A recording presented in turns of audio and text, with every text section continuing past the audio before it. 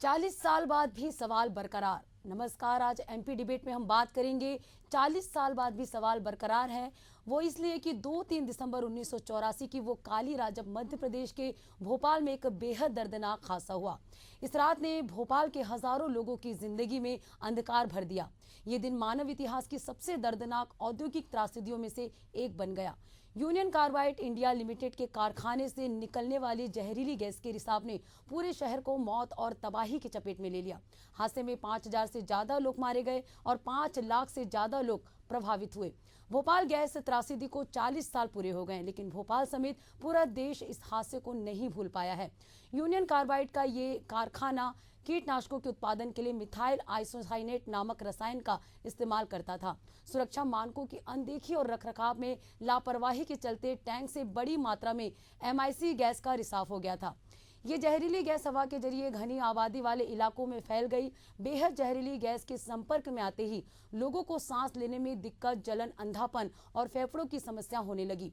Bhopal gas त्रासदी के पीड़ितों के काम कर रहे संगठनों ने कहा कि गैस से प्रभावित लोगों में बीमारियों का प्रसार उस समय गैस से अप्रभावित रहे लोगों में तेज है। भोपाल गैस त्रासदी के पीड़ितों के साथ काम कर रहे संगठन संभावना ट्रस्ट क्लिनिक ने कहा कि यह निष्कर्ष 16 साल के दौरान 16,305 गैस प्रभावित और 8,106 अप्रभावित मरीजों के क्लिनिकल डेटा के विश्लेषण पर आधारित है। दुनिया की सबसे बड़ी औद्योगिक त्रासदी की उस स्याह रात से अब भी चीखे व्यवस्था को झकझोरती है। त्रासदी के 40 साल बाद भी हजारों परिवार इसका कष्ट भोग रहे हैं।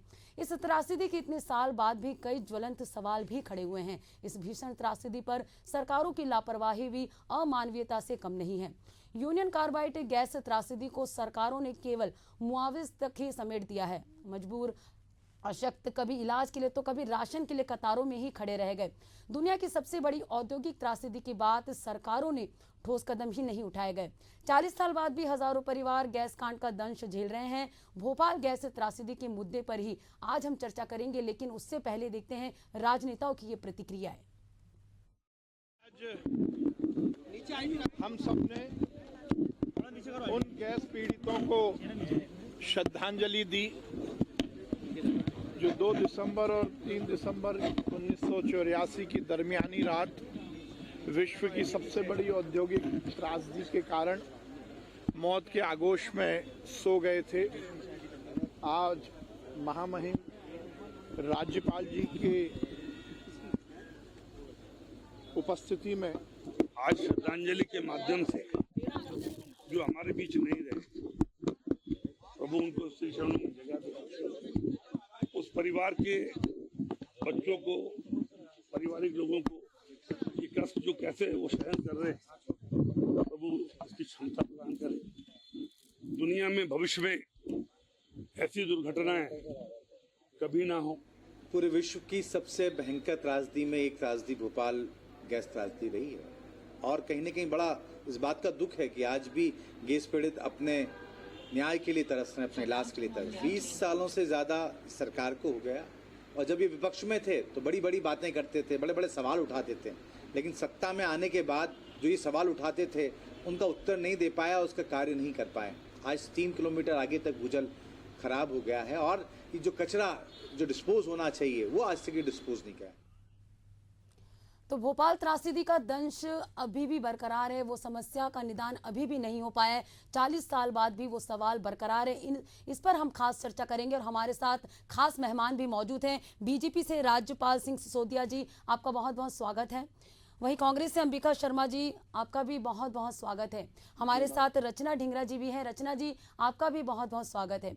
रचना जी, सबसे पहला मेरा सवाल आपसे है कि आप जमीनी स्तर से जुड़ी हुई हैं, आप गैस पीड़िताओं को सामने से देखी हैं, आप काम कर रही हैं उनके लिए, तो क्या नजर आता है आपको, मतलब जमीनी स्तर पर क्या देख पा रही हैं आप?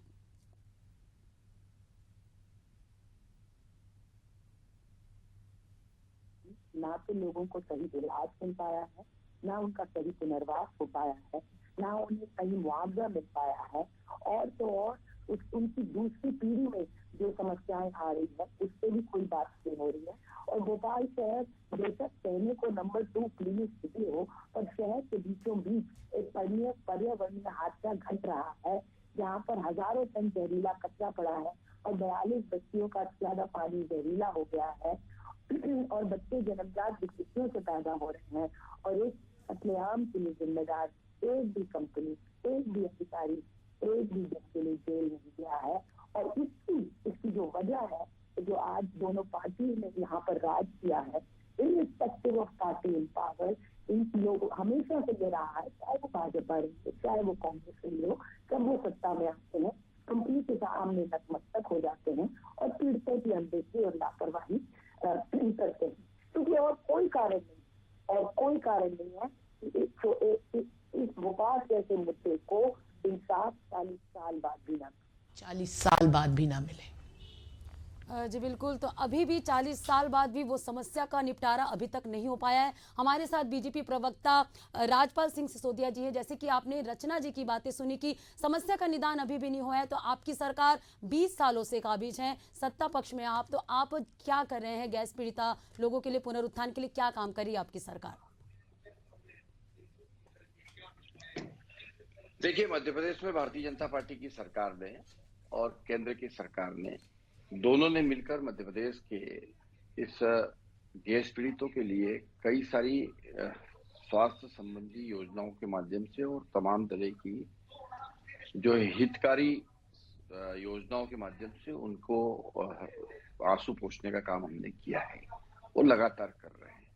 ये बात सही है कि तत्कालीन सरकार का रवैया उस समय पे जिस प्रकार से यूनियन कार्बाइड में से जब वो गैस रिसाव हुआ था और उस समय जो एंडरसन इसके सीईओ थे उनको बचाने का काम अर्जुन सिंह जी की सरकार के समय हुआ था, किस प्रकार के उस समय के तत्कालीन। अब तो आपकी सरकार यूनियन कार्बाइड और डाव केमिकल को बचा रही है, अपनी सरकार की बात करिए। बात तो जब आपने शुरू करी तो हादसे से ही बात शुरू करना पड़ेगी और वहां से सुनना भी पड़ेगा आपको भी और मुझे भी और दर्शकों को भी, क्योंकि हादसा जब हुआ उस समय पे जिस प्रकार से तत्कालीन सरकार ने एंडरसन को फरार करने में अपने शासकीय विमान को भेजकर उसको बिल्कुल जो है सम्मान राजीव जी, स्वर्गीय राजीव जी ने निकालने का काम किया था। और उस समय जिस प्रकार से जो सख्ती से कार्रवाइयां होना चाहिए था, जो चालान पुटअप होना चाहिए था, जो सख्त कार्रवाई यूनियन कार्बाइड के समक्ष के खिलाफ होना चाहिए थी, वो नहीं हुई। उसका नतीजा है कि आज तक हम जो है चाहते हुए भी बहुत सारी चीजें नहीं कर पा रहे। देखिए, जब घटना होती है और उस समय जब प्रथम दृष्टिया जो चालान पुटअप होता है और जो एफआईआर होती है उसी के आधार पर पूरा प्रकरण बनता है। हम आज उस पर एफआईआर नहीं कर सकते हैं। आज हमारी सरकार है तो उनके करे हुए पाप को हम उन पाप के भागीदार नहीं बन सकते, उन पाप को हम कम नहीं कर सकते। वो पाप तो उनके माथे फूट गया कांग्रेस की, वो पाप तो पड़ गया कांग्रेस के माथे। हाँ, अब हम हमारे लेवल पर, हमारे स्तर पर, हमारी सरकार के स्तर पर हम किस प्रकार से उनकी मदद कर सकते हैं वो हम करने का काम कर रहे हैं। मोदी जी डाव के सीईओ से क्यों मिलते हैं? नहीं, कौन से सीईओ से बताइए, इसके बारे में बताइए। आज हमारे देश में यूनियन कार्बाइड का मालिक हाजिर हुआ है और पिछले एक साल से सीबीआई उनको अधिकार क्षेत्र में नहीं ला पा रही है। आप तो गैस पीड़ित विधवाओं को पेंशन नहीं दे पा रहे हैं। आप तो वो बात तो छोड़ ही दीजिए। आप तो पिछले 10 साल से पड़े हुए 129 करोड़ पुनर्वास के पैसे को नहीं खर्च कर पा रहे। हमें मत बताइए, आप दोनों ने राजनीति करी है। अभी तो आप हमें बताइए, आप गैस पीड़ितों की कौन सी हितकारी योजना लेकर आए हैं? ये अस्पताल चल रहा है, भोपाल मेमोरियल अस्पताल, जाके देखिए किस प्रकार से हम वो आप चलाते हैं, सेवा करने का काम कर। कौन चला रहा है? वो आप नहीं चलाते, आप चला रहे। वो नहीं चला रहे, वो केंद्र सरकार चलाती है। आप चला रहे और 50% डॉक्टरों की कमी है उस अस्पताल में। 50% डॉक्टरों की कमी है उस अस्पताल में। इसकी है केंद्र सरकार आपकी है क्या? गलत फहमी में क्या? भारतीय जनता पार्टी की है ना, हमारी सरकार। तो बता तो रहे 50% डॉक्टरों की कमी है। कौन से अस्पताल में इलाज मिल जाता है? सोनोग्राफी तक नहीं होती, सीटी स्कैन नहीं होते, एमआरआई नहीं होती। जाके देखिए, वहाँ सब हो रहा है, वहाँ पे आप जाके देखिए। मैं तो रोज जाती हूँ, आप कभी जाके देखिए। मैं तो रोज जाती हूँ, आप कभी जाकर देखिए कि क्या हाल है अस्पतालों में। देखिए, निश्चित तौर पर पाप आप किसका है? चलिए, आप आज चलिए मेरे पाप साथ किसका जेपी है? नगर, मैं आप आपको भारतीय मिलवाती जनता हूँ पार्टी का है। सैकड़ों गैस हमने पीड़ितों पाप से किया। जिनको देखिए, इलाज हम नहीं तो- मिल पा रहा है। हम तो कहने जो को पापी करोड़ों लोग पाप खर्च किए करके हैं, गए, पर लोगों को उसको हम ठीक प्राइवेट करने का काम कर रहे कराने को हैं। मजबूर हम है, तो मजबूर सेवा है। करने का काम कर रहे हैं, सेवा तो करने का काम 530 कर रहे हैं विधवाओं बहन को जी। पेंशन क्यों नहीं दे रहे हैं? क्यों नहीं दे रहे उनको पेंशन? 129 करोड़ पुनर्वास का पैसा कौन पिछले सी 14 साल से सबको पड़ा मिल हुआ रहा है। है? किसी एक का सबको मिल गैस रहा है। पीड़ित का कौन सी पुनर्वास क्यों नहीं 530 किया है? आपने? कौन सी 530 की बात कर रहे हैं आप? वो आपको होंगी मैं बता नहीं रही उस समय, हूँ, उसमें 530 लिस्टेड तो है, कैसे हो जाएगा? जिनको नहीं मिल रहे। पूछिए अपने पीएस से, अब आपको अगर पूछिए आपको पीएस अगर गैस सुनना ही रात से नहीं है तो बात 530 को अलग क्यों है। नहीं मिल रही पेंशन? आपका प्रश्न हो गया तो मेरा जवाब आ जाए। अगर आपको आप पता है सुनने के मूड में हो तो। आपकी सरकार के पास केंद्र सरकार का दिया हुआ आप अगर सुनने के 129 मूड में करोड़ हो तो पड़ा आपके है प्रश्न का उत्तर आ आर्थिक जाए। सामाजिक पुनर्वास के लिए। आपका 7 अगर योग हो केंद्र गया हो बनाए तो थे हमारा जवाब आ आपने, जाए। और सातों में राजपाल जी आप बताइए, राजपाल राजपाल जी आप बताइए। अरे बहन जी को तो जरा चुप करो, पीड़ित जो है ये। रचना जी राजपाल जी को सुन लेते हैं। राजपाल जी बताइए आप। जवाब अगर सुनना चाहे तो हम जवाब दे दें, नहीं तो कोई बात, तो हम भी सुन लेते हैं, क्या फर्क पड़ रहा है? अगर ये सुनने के मूड में हो तो। अब ये कह रहे कि 100 530 कौन सी विधवाओं का बता रहे कि उनको पेंशन नहीं मिल रही है। कौन सी सूची है, किसके समय की सूची है, कहाँ है? नहीं आ रहे होंगे पात्रता में, इसलिए नहीं मिल रहे। मैं यही तो कह रहा हूं कि उस समय की तत्कालीन कांग्रेस सरकार ने पीड़ितों के साथ न्याय नहीं किया। जो वास्तविक में पीड़ित थे उनको रिकॉर्ड पे ही नहीं लिया। अब जो व्यक्ति रिकॉर्ड पे उस समय नहीं आ पाया, उसको आज हम कैसे रिकॉर्ड पे ले लें? आप समझिए बात को। मैं वही कह रहा हूं कि न्यू उन्होंने जो गलत रख के चले गए। राजपाल जी आपकी सुनेंगे, हमारे साथ अंबिका शर्मा जी भी हैं। अंबिका जी, जैसे कि आपने रचना जी और राजपाल जी की बातें सुनी, अभी जो है 40 साल हो गए हैं भोपाल त्रासदी को, लेकिन अभी तक समस्या का जो सवाल जो बरकरार है, अभी भी जस की तस जो समस्या बनी हुई है, इसको लेकर आपकी क्या राय है? क्योंकि तात्कालीन सरकार आपकी थी, आज से 40 साल पहले अगर बात करें तो कांग्रेस की सरकार थी, तो कांग्रेस की सरकार पुनरुत्थान के लिए क्या काम की थी उस समय, आपसे जानना चाहेंगे। देखिए, भोपाल गैस त्रासदी बहुत बड़ी मानवीय त्रासदी थी। भारतीय जनता पार्टी का कुछ इस प्रकार का चरित्र होता जा रहा है कि यह मानवीय त्रासदी पर की राजनीति कर रहे हैं, जबकि इनको मिथाइल आइसोसाइनाइड से प्रभावित जो भी परिवार हैं और आज तक जो उस जहरीली गैस का असर है, उनका बढ़िया इलाज सरकार को करवाना चाहिए। उनके जीवन के संबंध में बहुत अच्छी अच्छी योजनाएं सरकार को लागू करना चाहिए। उनका समय समय पर बेहतर इलाज कराया जाना चाहिए, उनके मेडिकल जांच होनी चाहिए, और ये ना करके केवल आरोप प्रत्यारोप में सरकार लगी रहती है, सरकार के नुमाइंदे, सरकार के प्रवक्ता लगे रहते हैं। निश्चित रूप से उस समय कांग्रेस का शासन था, भयानक त्रासदी हुई थी, और इसके बाद कांग्रेस सरकार के द्वारा जो भी यथासंभव प्रयास किए गए, मिथाइल आइसोसाइनाइड से मृतक लोगों के परिवारों के लिए, पुनर्वास के लिए, या जो भी घायल थे या उसकी चपेट में थे, उनके लिए जो भी बात ही ना करें। आपने 93% गैस पीड़ितों को बोला है कि उनको $500 मिले। आप क्या बात कर रहे हैं? आपको पता था, आपकी सरकार को पता था कि MIC से एक दिन की नहीं, जिंदगी भर की चोट पहुंचेगी। पुनर्वास एक विभाग की हम लोगों ने संरचना की, उस विभाग का ही काम केवल भोपाल गैस त्रासदी से पीड़ित लोगों के बेहतरी के लिए था। पूरा एक मंत्री हुआ करता था, गैस राहत मंत्री, और सब काम हो रहे थे। लोगों को मुआवजा मिल रहा था। अब 22 साल से इनकी सरकार है, ये केवल राजनीति कर रहे हैं इतनी बड़ी मानवीय त्रासदी के ऊपर, और उस समय क्या हुआ था क्या नहीं हुआ था जिसका बड़े मुद्दे उठा रहे हैं।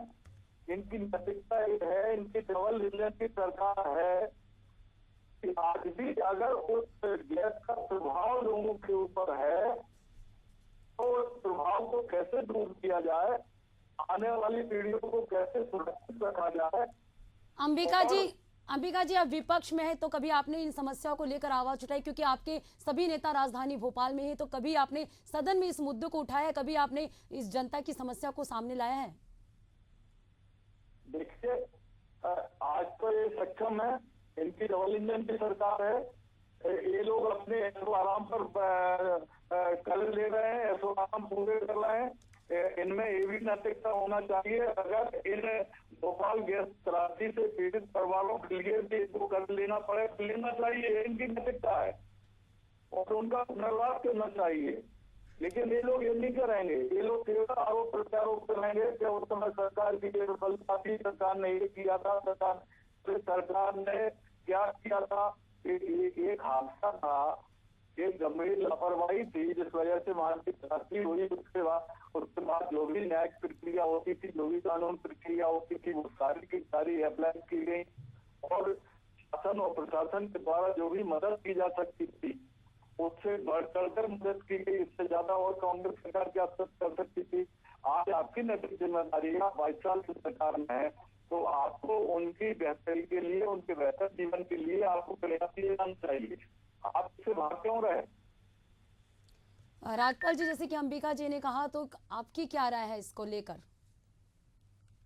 देखिए, मैं वही कह रहा था कि जब घटना हुई, अब फिर आप कहेंगे कि आप पुरानी बात कर रहे हैं। बात वहां से इसलिए करना पड़ेगी कि अभी हमारी बहन कह रही थी कि 530 बहनों को जो है अभी पेंशन नहीं मिल रही। अब वो 530 बहन उसमें पीड़ित परिवार की होगी ही नहीं, क्योंकि कांग्रेस ने उस समय उस हादसे में मृतकों की और घायलों की संख्या कम बताने के लिए कई सारे लोगों को रजिस्टर्ड ही नहीं किया है। वो चक्कर काटते रहे, बाद में भी काटते रहिए। गैस त्रासदी का जो राहत का कैंप था वहां चक्कर काटते रहिए, उनके नाम ही नहीं बढ़ाए गए। अब वो जो परिवार छूट गए उस समय, वो आज तक घूम रहे हैं। अब बीच में सरकार हमारी आई तो हमारे को वो अधिकार थोड़ी कि हम उस समय की घटना में नाम जोड़ दें। समझिएगा आप बात को। तो उस समय पे एफआईआर में चूक रखी, आरोपियों को बचाया, नाम जोड़ने घायलों की को बात ही छुपाया, नहीं हो रही है, मृतकों को छुपाया। तो अरे इसीलिए पेंशन नहीं मिल रही है, इसीलिए पेंशन नहीं मिल पा रही है। जो आप कह रहे हैं, जो जितना मैं समझ पा रहा हूँ, जितनी मेरी बुद्धि से मैं समझ पा रहा हूँ और जितना मेरे ज्ञान से मैं बता पा रहा हूँ, जिन लोगों को पेंशन नहीं मिल रही पा रही, वो इसीलिए नहीं मिल पा रही है कि उस पीड़ित पक्ष में नहीं है, वो लोग लिस्ट में नहीं है। वास्तविक में कई लोग पीड़ित हुए थे, कई लोग अरे हैं, आपको जानकारी नहीं है। वो गैस पीड़ित हैं, उनको सरकार ने गैस पीड़ित माना है। भैया, किसी को तो लाया करो जिसे मुद्दे के बारे में कुछ पता हो। आप तो अपनी सरकार की बात करिए, मैं आपको घोषणाएं गिनाती हूँ। सुनिए, मैं आपको घोषणाएं गिनाती हूँ। रचना जी, यहाँ पर हम समस्या की बातें कर रहे हैं, यहाँ पर राजनीतिक बातें नहीं हो रही है, यहाँ हम समस्या की बातें कर रहे हैं, क्योंकि सवाल अभी भी वही है। 40 साल हो गए लेकिन समस्या का निपटारा अभी तक नहीं हो पाया है। राजपाल जी, जैसे कि अभी भी अवशेष का निपटारा नहीं हो पाया है, अभी भी लंबित है, ये सवाल पे हम बात कर रहे हैं। क्योंकि उनको तो उनकी कुछ बात का मतलब नहीं, पर आपके अपने चैनल की मर्यादा रखने के लिए हमें सर्टिफिकेट देने की आवश्यकता नहीं। हमारी बहन पीड़ित है, मैं मानता हूं, उनके प्रति मेरी सहानुभूति है, पर पीड़ित है इसका मतलब ये नहीं कि वो किसी को पीड़ा पहुंचाने की बात करे। अब वो ये कह रहे हैं कि मुझे कोई जानकारी नहीं है, मेरी पार्टी ने मुझे ऐसे ही बिठा दिया है यहाँ पे। तो ये इस प्रकार की बात करने से कृपया मेरी बहन जी आप बचे हैं। आप मेरे भोपाल की नागरिक है, मैं आपका सम्मान करता हूं, पर आप इस प्रकार से बात नहीं कर सकते। या तो हम पहली बार आपको देख रहे हैं, शायद आपको मालूम नहीं है कि किस प्रकार से कोई सा व्यवहार करना चाहिए सामान्य जीवन में। आप इस प्रकार की बात नहीं कर सकते कि मुझे मुद्दे की जानकारी है कि नहीं। आप सर्टिफिकेट नहीं दे सकते। मुझे नहीं, सरकार की घोषणाओं की ही बात कर रहे हैं हम, और आपकी सरकार की घोषणाओं की बात कर रहे हैं। इसलिए नहीं सुनना। आपके सरकार रचना जी, मर्यादा का ख्याल रखिए। यहाँ पर सिर्फ समस्याओं की बात हो रही है, राजनीतिकरण नहीं हो रहा है। हाँ, तो मैं वही कह रही हूँ, राजनीतिकरण का इसमें बात नहीं। यहाँ की सरकार, आपकी सरकार 20 साल से है कि नहीं है? यहाँ पर जहरीला कचरा 20 साल में साफ नहीं हुआ कि नहीं हुआ। जहर और बढ़ता गया, बढ़ा कि नहीं, बढ़ता गया। डाव केमिकल पे आप व्यापार कर रहे हैं कि नहीं? आप तो बात करिए, यहाँ पर गैस पीड़ितों को ना इलाज दे रहे हैं, ना पुनर्वास दे रहे हैं। उनके पैसा महाभ्रष्टाचार में इनके अधिकारी अफसर खा रहे हैं, और आप हमें बता रहे हैं कि सूची में नहीं है। सूची में है। आप खुद बात कर लीजिए आपके गैस राहत मंत्री से, 530 गैस पीड़ित विधवा महिलाओं को कोई पेंशन नहीं मिल रही। वो सरकार उनको मानता है, आपका विभाग मानता है, पर क्योंकि आपने कोई एक निर्णय करके रखा हुआ है कि 5000 से ज्यादा विधवाओं को नहीं देंगे, तो 5001 को आप नहीं देते। ये अन्याय है कि नहीं है? आप बताइए। दूसरा, जहरीले कचरे पे आ जाइए। 20 साल से आप उसकी कुछ करा पाए हैं? यहां पर 14 से 42 बस्तियों में जहरीला पानी फैल गया, आप कुछ करा पाए उसके बारे में? नहीं करा पाए। 2010 में आपने जोर शोर से कहा था हम यूनियन कार्बाइड के पीछे जाएंगे, हम डाउ केमिकल के पीछे जाएंगे, हम कचरे का आकलन कराए। कुछ कराया आपने? नहीं कराया। आपके पास 129 करोड़ रुपया पिछले 14 साल से पुनर्वास के लिए पड़ा हुआ है। किसी एक गैस पीड़ित का पुनर्वास हुआ? किसी एक गैस पीड़ित के लिए कोई योजना बनी? नहीं बनी। तो आप इन्हीं सवालों का जवाब दे दीजिए। कांग्रेस से तो हमें कुछ पूछना ही नहीं है, कुछ पूछना ही नहीं। उन्होंने तो जो अपने कार्य कुकर्म किए हैं उनके वो जवाब देते रहे। आप अभी सत्ता में हो, गैस पीड़ितों की जिंदगी बेहतर करने के लिए, उन्हें एक इज्जत की जिंदगी देने के लिए आप क्या कर रहे हो? इन सवालों पे आप जवाब दे दीजिए बस हमें। रचना जी, तो आप चाहती क्या, सरकार से क्या आप मांग कर रही हैं? हाँ बिल्कुल, बहुत सिंपल मांगे हैं। एक है कि एक भोपाल गैस पीड़ितों और उनकी दूसरी पीढ़ी के लिए एक आयोग बनाया जाए जो उनके स्वास्थ्य, आर्थिक पुनर्वास और सामाजिक पुनर्वास पर काम करेगा, पहला। दूसरा, जो कचरा फैल रहा है उसका आकलन हो और जो इसके लिए जिम्मेदार 10 करोड़ डाउ केमिकल और यूनियन कार्बाइड से इसकी सफाई के लिए, पर एक उंगली नहीं उठाई है कि वो ये पैसे दे दे। तो अगर वो नहीं देते हैं पैसे, उनके साथ व्यापार करना बंद कर दे। ये कोई इतना कठिन कार्य तो नहीं है। तीसरी बात, यहाँ पर जो लोग जिम्मेदार हैं यहाँ पर लोगों को मारने के लिए, उनके खिलाफ सीबीआई केस कर रही है, पर इतने सालों से ये केस चलता जा रहा है, उसमें कुछ तेजी लाएं ताकि जीते जी किसी को तो सजा हो जाए। ये कोई बहुत बड़ी बातें तो नहीं है। और आखिरी मांग है कि जो संस्थाएं बनी हैं गैस पीड़ितों का पुनर्वास करने के लिए, चाहे वो नीरे हो, चाहे वो गैस राहत अस्पताल हो, जब उसमें 80% डॉक्टरों की कमी होगी तो किसका पुनर्वास होगा, किसकी बेहतरी होगी? ये कोई क्या, इतने हम विश्व गुरु बन रहे हैं और हम इतनी छोटी छोटी चीजें नहीं कर सकते गैस पीड़ितों के लिए? आप मुझे बताइए, 20 साल से इनकी सरकार है, इनको यही नहीं पता कि वो सूची में है कि नहीं है गैस पीड़ित विधवाएं? जी अंबिका जी, क्या राय है आपकी? जैसे कि रचना जी कह रही हैं। हमारा निवेदन है कि जो गैस पीड़ित है उनके पुनर्वास के लिए सरकार एक नए सिरे से कार्यक्रम लागू कर रहा है, योजनाएं लाए, और आज भी जो गैस की प्रभाव में है जो परिवार, उनकी बेहतर चिकित्सा सुविधाएं उपलब्ध सरकार कराए और जितने भी बेहतरी के प्रयास हो सकते हैं। सक्षम सरकार है, राज्य में भी सरकार है, केंद्र में भी सरकार है, इसके लिए अलग से बजट का प्रावधान करें। इन सरकार से भी आर्थिक सहयोग प्राप्त कर सकते हैं। इन्होंने 2,75,000 करोड़ रुपए अभी तक ले लिए हैं कर्ज के रूप में। अरे 10-20,000 करोड़ रुपए और ले लें और कम से कम इस मानवता की सेवा का एक उत्कृष्ट उदाहरण प्रस्तुत करें। सब लोग जय जयकार करेंगे, एक सेवा में लग जाए, मानवता की सेवा में। हम लोग खुद इनकी मुक्त प्रशंसा करेंगे। अब तो सरकार में है, सक्षम है, करना तो नहीं को है, इनको करना चाहिए। हाँ जी बिल्कुल। तो 40 साल बाद भी आज तक जो है सवाल का जवाब नहीं मिल पा रहा है। आज भी लोग जो है उस काली रात का दंश झेल रहे हैं। सरकार से, जैसे कि रचना जी ने गुहार लगाई है कि उनकी जो भी मांगे वो सरकार पूरी करे और जो समस्या है उसका निराकरण जल्दी करे। आप दोनों का बहुत बहुत धन्यवाद, रचना जी और अंबिका जी, कि आपने इस खास चर्चा में हमारे साथ शामिल हुए। तो आप देख रहे थे MP डिबेट। आज के लिए इतना ही, नमस्कार।